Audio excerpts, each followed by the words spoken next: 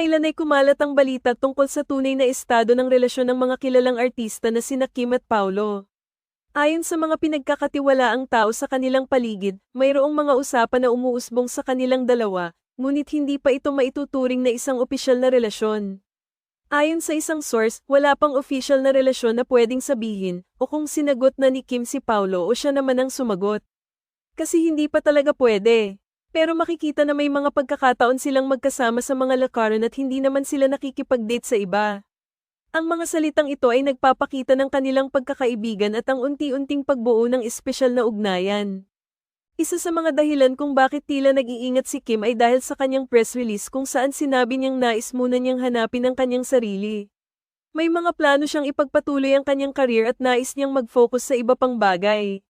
Sa kabila nito, aminado siyang may espesyal na pagkagusto siya kay Paulo. Type ko siya, at sama-sama naman ako kapag niyaya akong mag-date, aniya, na nagpapahayag ng kanyang pagnanais na makasama ang aktor kahit na hindi pa ito opisyal. Madalas na napapansin ng mga tao na may kakaibang koneksyon ang dalawa sa tuwing magkasama sila.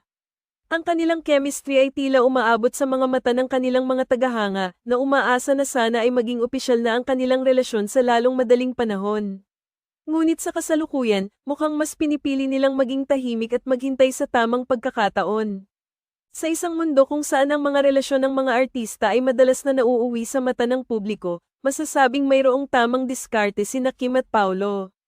Ang kanilang desisyon na hindi madaliin ang mga bagay ay nagpapakita ng kanilang maturity at pag-unawa sa mga hamon na dala ng pagiging nasa showbiz.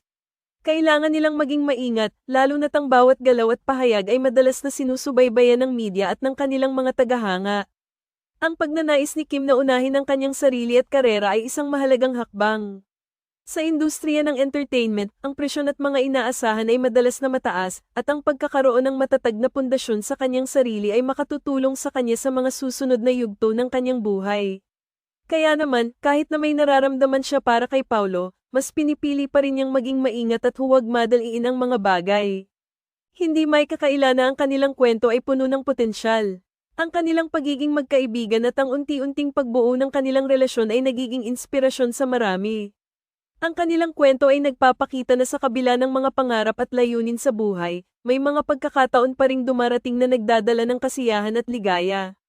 Sa huli, ang mga tagahanga ni Kim at Paulo ay umaasa na sa tamang panahon, makikita nila ang kanilang mga idolo na masayang nagmamahalan.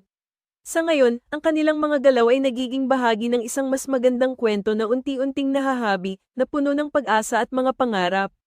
Kung darating ang panahon na sila ay magiging opisyal, tiyak na maraming magagalak sa kanilang mga taga-suporta at sa mga tao sa paligid nila. Ano ang sa inyo sa balitang ito?